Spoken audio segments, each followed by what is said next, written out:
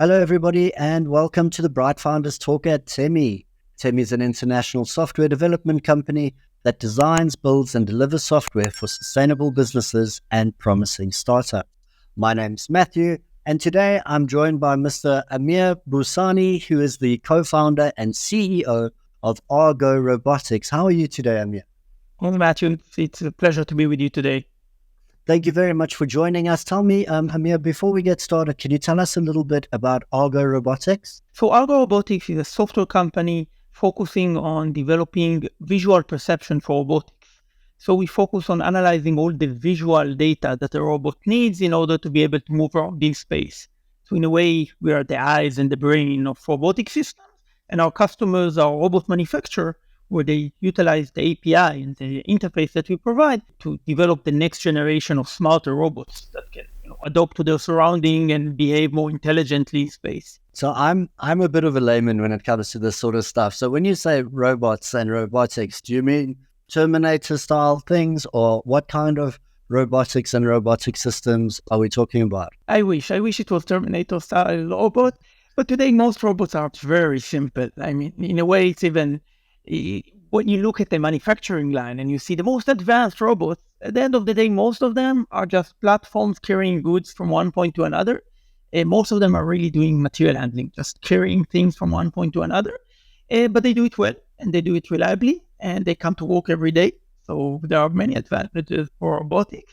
And at the end of the day, it can save on labor costs. It can improve the efficiency of the manufacturing line, and it can just help manufacturers build smarter and better products. Absolutely. I hear what you're saying. So robotics is quite an interesting field. We're going to get into that, how you got into it. What I like to do is talk a little bit in a circle, and I'm going to ask you, is this something that you knew you wanted to do when you were younger, work with robotics? That's a great question. I always knew that I want to do something around technology. And, as a child, when my friends wanted to be, a pilot or something, I wanted to solve problems with technology. That was always clear to me. In my vision, it was somewhere outdoors in an agriculture environment where, with pipes and hoses, we will solve things. I don't think I imagined software, but, clearly software is the right way to solve big problems. So that part was always clear. When I went to college and when I did my first degree, it was around computer vision and around computer engineering. So it was always around technology and solving complex problems. And there's no doubt that robotics is at the forefront of solving complex problems and taking technology to its edge. That's pretty cool. So you knew from a young age, and you went into university, you started playing with these sort of things. And then after university, what did you get into? What were your next steps leading up to Argo Robotics? So my first position was in the communication world. I was part of an organization developing Ethernet connectivity. Back at the time, this was a cutting-edge technology. I went up the ladder and got different management position, leading few generations of new products in that domain. It was all Ethernet connectivity, so connected devices. At some point, I felt that I had enough and I want to try something new. So I started working on wireless connectivity. It was very exciting at the time. But after a while, I figured that I want to get back to what really excites me the most, which is computer vision and cameras. And, these technologies that look simple, but when you get to the details, you see how far, even the best computer is from solving something that my 2-year-old can see and immediately understand. And that's really where I got into the world of computer vision and AI. That's fantastic. And tell me about the birth of your journey in Argo. How did it start? Where did it come about? How did you find yourself in there? So in a way, Argo actually started many years before Argo started. My previous role was the manager of Intel Real-Time Advanced Technology Group. And in that role, I was working with some of the global leaders of technology on technologies around computer vision, using cameras for navigation. And I started to work with robotic companies. It was great and it was fun. And at some point, I realized that, something is happening. we saw all the hype around the autonomous vehicles and all the efforts done by companies like Tesla and Mobileye and many others in solving the huge problem of making a fully autonomous car. But on the other hand, we realized that, it will take a lot of time before that will happen. Regulations are tough. It's a dangerous machine. And we realized that the area in which automation can happen earlier is when the machine isn't that big and not that dangerous, and there are not that many regulations. It's really robotics, both indoor and outdoor. Robotics is the next opportunity in terms of automation. In a way that, it was always around me, but when my two best friends and team members from my previous role came to me and told me, Amir, time to open a company, that's where I knew that the time has come. That's cool. That's very cool. So your two best friends, that's quite lucky that you in the same industry together, you were looking down the same roads, so to speak? Certainly. One thing I can tell entrepreneurs in general is that your partners are, the ones spending the tough days and tough nights together with you in that long journey. And it's important that you have the right communication and the right way to work together. And the fact that we've been working together for many years before we founded the company really assisted us in knowing, each one's strengths, each one's weaknesses, and how we work together. And throughout all the challenges that you get in building a company and all along the way, it's great to have these kind of people next to you, when you need them. You mentioned getting through the challenges. What were some of the things that you might have faced? Can you share with us some details, some tough times, maybe some personal learning that you went through? So I think the biggest challenge in building a startup is that everything is new, and whenever you get good at something, it's irrelevant. And that's something that you see throughout the way. So at the beginning, we didn't know anything. We had to open our own company, and we learned how do you open, an entity and build and register your company correctly, right? And then how you raise your first funding, how you raise your first employees, how do you route that agreement with your first employees, right? These are all challenges. I'm laughing now because, that's something that now I can do in a second, but it was a real challenge at the beginning. Sometimes they call it a roller coaster because it's really a roller coaster. You're up and then you're down and then you find something new and you have a new problem and then you go to another direction.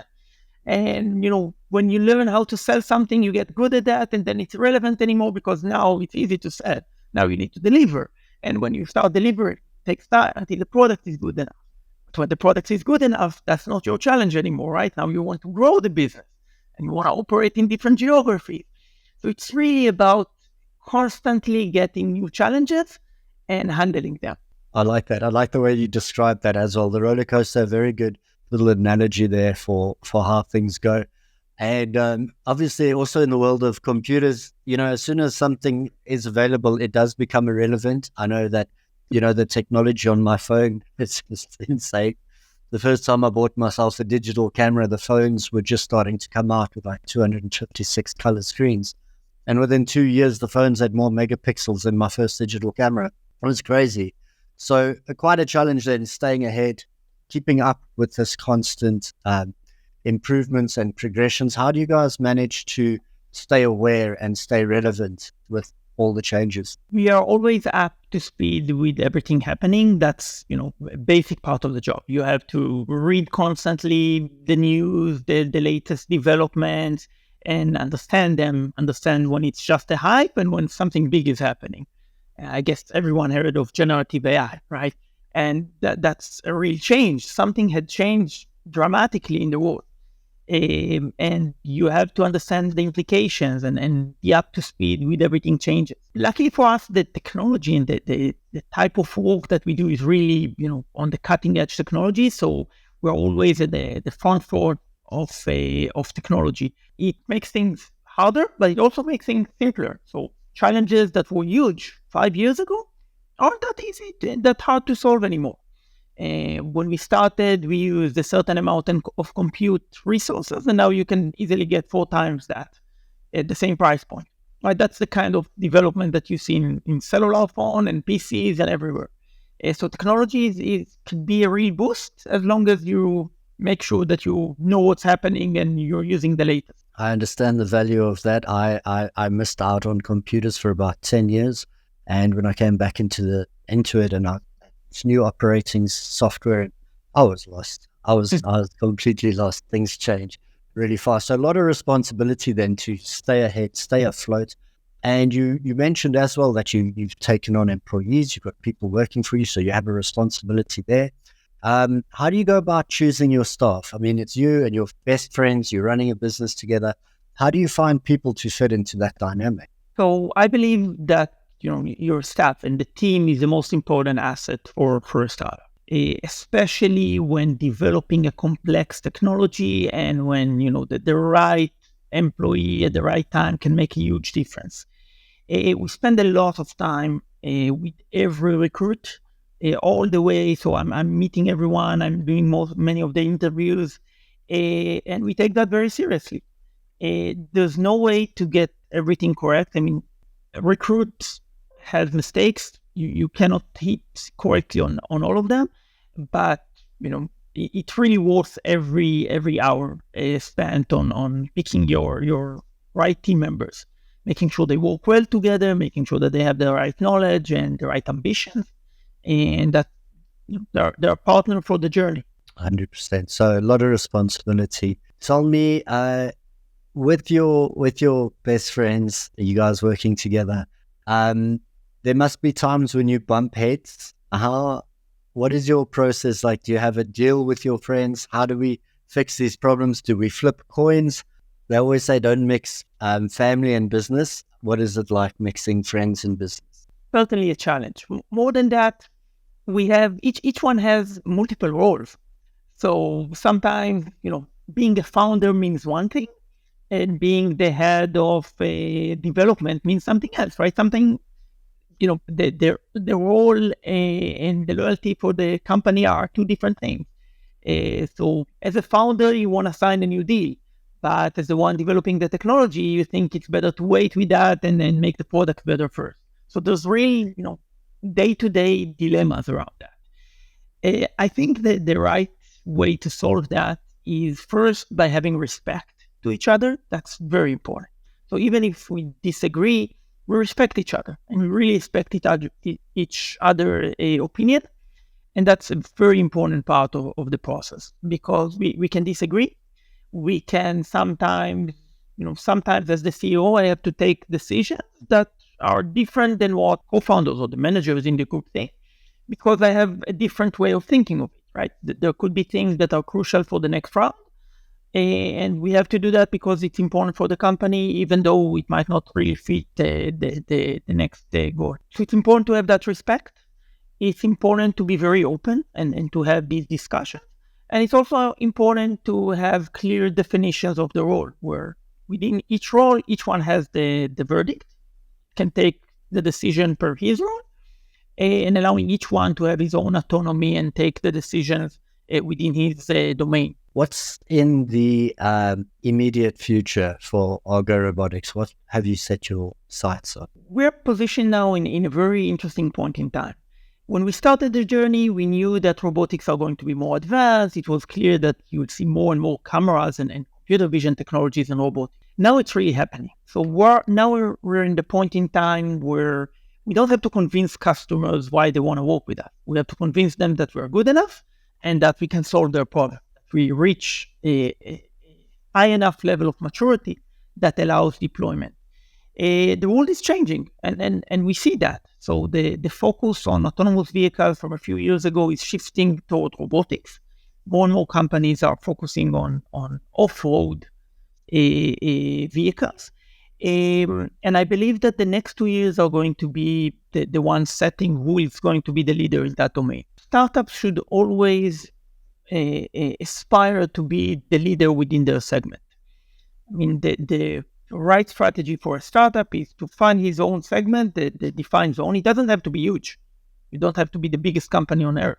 You have to be the leader in your domain, and to lead that domain and to become the one setting the pace and the new products in that domain. And that's really our main goal and what we're set to do these days.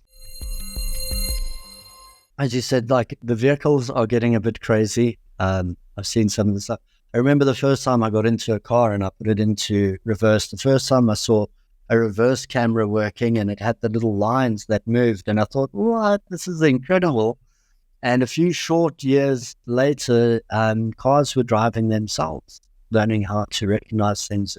These are the kinds of systems that you're working with, recognizing obstacles, being able to get machines to make decisions. You said that it's different machines, though. You're getting machines to recognize their environment. Can you give me an example of some types, perhaps? Yeah, exactly that. So our main focus includes so when we talk about visual perception, we talk about the main needs for the robot in order to move from one point to another. So first is just knowing where it is. So knowing exactly where the robot is. It sounds easy when you're outdoor with the GPS, but when you're driving through a huge warehouse, it's a really tough problem. Everything looks the same. It's all, boxes over boxes over boxes. And just knowing the exact position of the robot, exactly where it's headed, and doing that reliably for the entire operation, months of operation, that's a tough problem. The second one is really closer to the one you described, detecting obstacles, understanding where the machine can drive and where it shouldn't, right? So being able to detect these obstacles and to tell the machine how to navigate between them is the next challenge. We operate on many different types of platforms. The main ones are usually industrial automation and logistics platforms. So automated warehouses, manufacturing lines, just automating some of the handling of objects within the material line. So taking carts from one point to another, moving them to the next machine, getting the empty cart and moving it to the beginning of the line again. That's a big part of the use case. But we're also doing some other things, from outdoor machinery, agriculture, lawn mowing, and others, logistics for hotels, logistics for hospitals, just being able to assist the staff and doing the long walks in a hotel or hospital instead of the staff. These are also some of the main use cases we cover. It's incredible.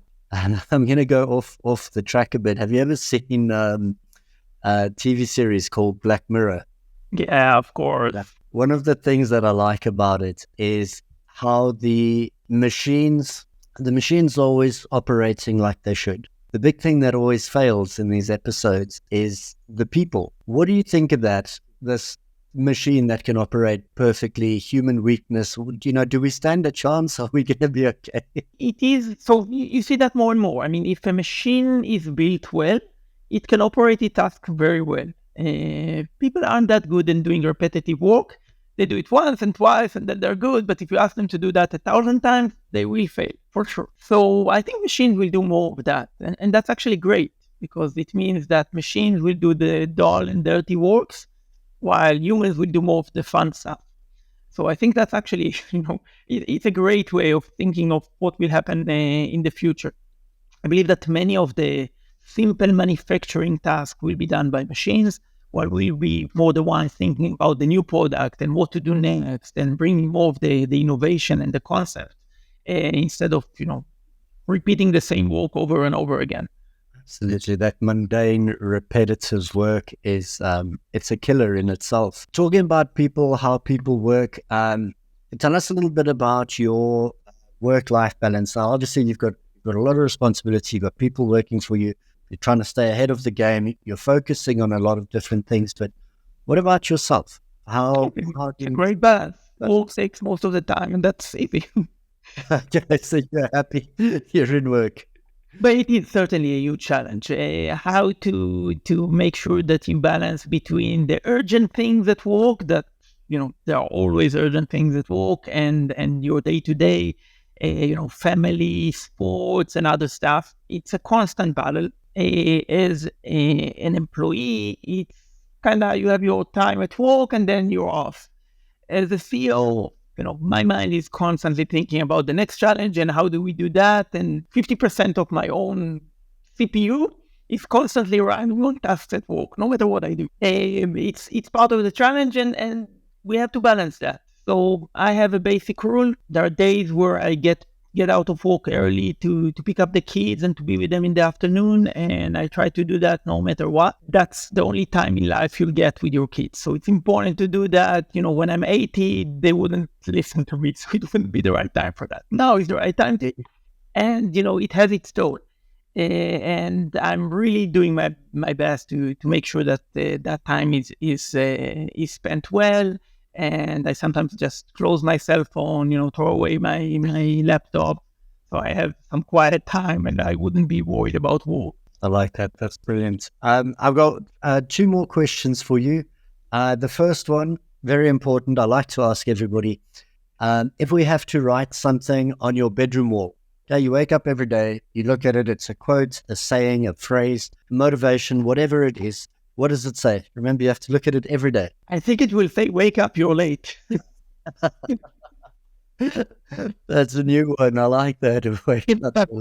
And then my last one for you, Amir. You've been fantastic today. How far are we from a Terminator-style robot traveling through time to save us from ourselves? Like, how many years until this becomes a reality? Great question. I think technology-wise, it's not that far. I mean, if you look at the drones and what drones can do today, it's not that far. So I think that's getting close. The one thing I think preventing that is that if we build a robot, they wouldn't come to kill us. It's us that come to kill us each other, right? So there'll be a man behind that robot trying to kill the other one. The robot themselves, they do as they are told, and they can do good things. Nice. Okay, good. Sure.